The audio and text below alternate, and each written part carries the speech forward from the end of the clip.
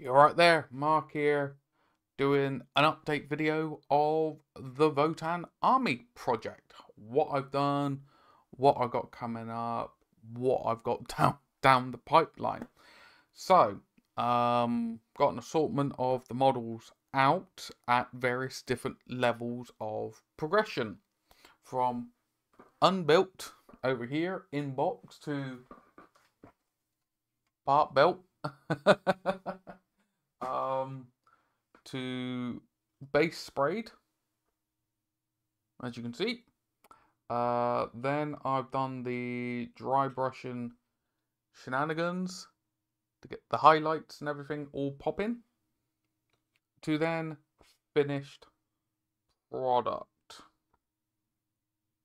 And it's very interesting. I shot myself in the foot.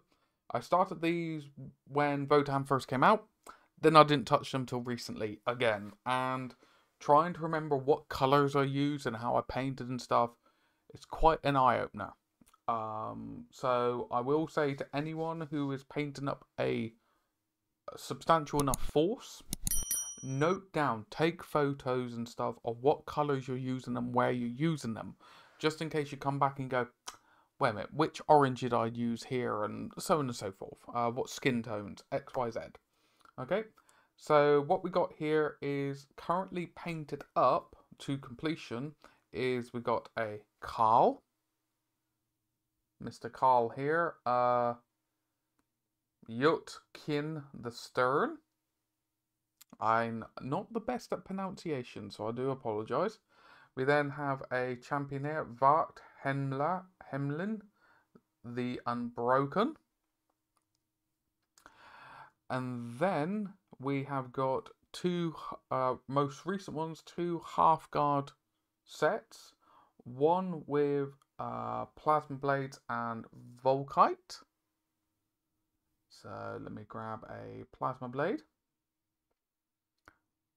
Plasma blade and volkite, they are squad 0.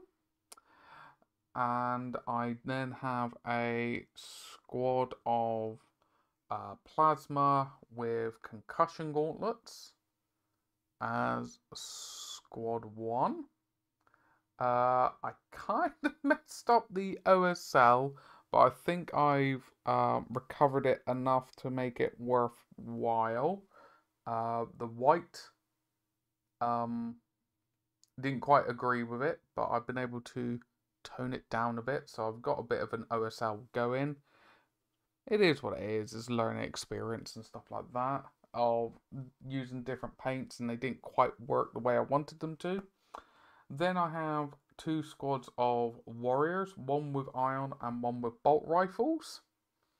As you can see here, more of like the earthy with snowy base tones. So that was squad 0. Squad 1 with the bolt rifles. I tried to have, I'm trying to have it that the different unit entries, so like the comms and stuff, comms would be green, for example, and then the medic was blue, captains are red. Bit of a shiny dome for the Ironkin here. Give it a little bit of the markings on the side. The very first Votann I ever painted was this Ironkin here with the Ion Blaster. This was my very first one that I ever done. Then I've got my Berserkers. I do like the aesthetic of these ones. Very much up in your face. Very, very happy with how these ones came out. They are equipped with plasma axes, as you can hopefully see, and a pair of concussion gauntlets, because rock and sock 'em. I just love the aesthetic. I absolutely love the aesthetic. Things that are already ready to go paint wise, I do have another squad of 10 warriors along the back here. I have the other 5 berserkers ready that they are dry brush, so I can just start slapping paint on. And I do have the Thunderkin ready to go. that I do have magnetization on them. Now I need to double check which ones I've actually got, because the magnets, I rushed doing the magnets. I didn't actually make them all, there you go, the same ones. So these ones would match up with this one. There should be a heavy bolter then that matches up with this one, if my hands don't fail me. There you go. So I've got the option of all three different weapons with these Thunderkin. So let's put these back. They're 1mm magnets, which I'll show in a future video of how I've done that and how I've hopefully improved it.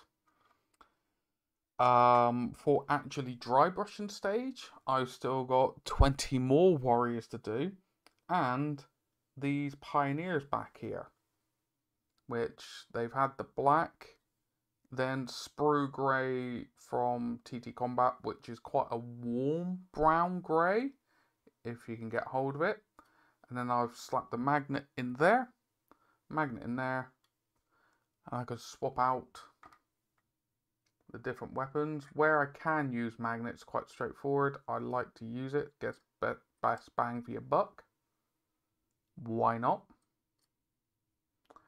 And then I have to prime up a certain Grimnir and his crows at the back. And I've been having a little bit of fun with 3D printing. I came across some files for Carls and stuff, whereas I thought, wait a minute, I've already got a gauntlet and a Volkite, why don't I give myself a plasma axe and the bolt rifle? But then I do remember seeing the classic inverted commas artwork in the codex, where you have a Carl yelling, you know, being stern and depicting orders on the battlefield, where he's got his plasma axe up in the air, but it's on a different arm to what you can get in the plastic set. And then he's got a power fist. The power fist is down to its side. However, this one I thought I'd have him pointing, that he's actually shouting out orders. I just need to clean up some of the base with texture paste and stuff, and give him a head, obviously. I'm kind of tempted to maybe do that as an Ironkin, or encase the head in a helmet like it is in the artwork. And then for actual models that I've still got to finish off building, as you saw at the beginning of the video, I've still got a land fortress to finish building. I have one to then start building. I have a Sagittar on sprue. Wait a minute, Sagittar on sprue that I got some time ago, and then one in box. And some more Thunderkin. And coming in the post, I have another set of half guard to give me a 10-man squad, and some very, very nice dice from Baron of Dice. Trying to keep that aesthetic going. And that's it for the moment. I am hoping to take these up to a birthday get together in November at Warhammer World, but I'm not sure if I can get enough painted, because I keep getting distracted by family life and just things in general. So I am trying my best to actually crack on with these ones. If I can take up like 1,500 points, I'll be quite happy with that. Preferably more like 2,000 points. So then, if people want to play smaller games, say 1,000 points, I can knock it down. Pardon me, I can knock it down some points to play some more games in a less amount of time, if that makes sense. You can always go down, you can't really go up if you don't take it up with you. And it'd be nice to actually have a painted force up there. But I do hope this is maybe giving you a little bit of inspiration of don't be afraid of changing colour schemes, because the normal colour scheme is all browns and oranges and stuff. But I thought, why not use earthy tones to help prop out other units?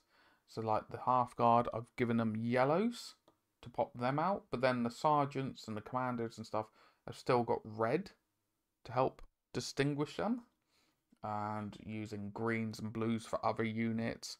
It helps give it this kind of grimdark aesthetic, but is more utilitarian than anything else. That is utilitarian, that you kind of go, oh, they would look and go, oh, wait a minute, yellow, they're veterans, for example, red, they're commanders, so on and so forth.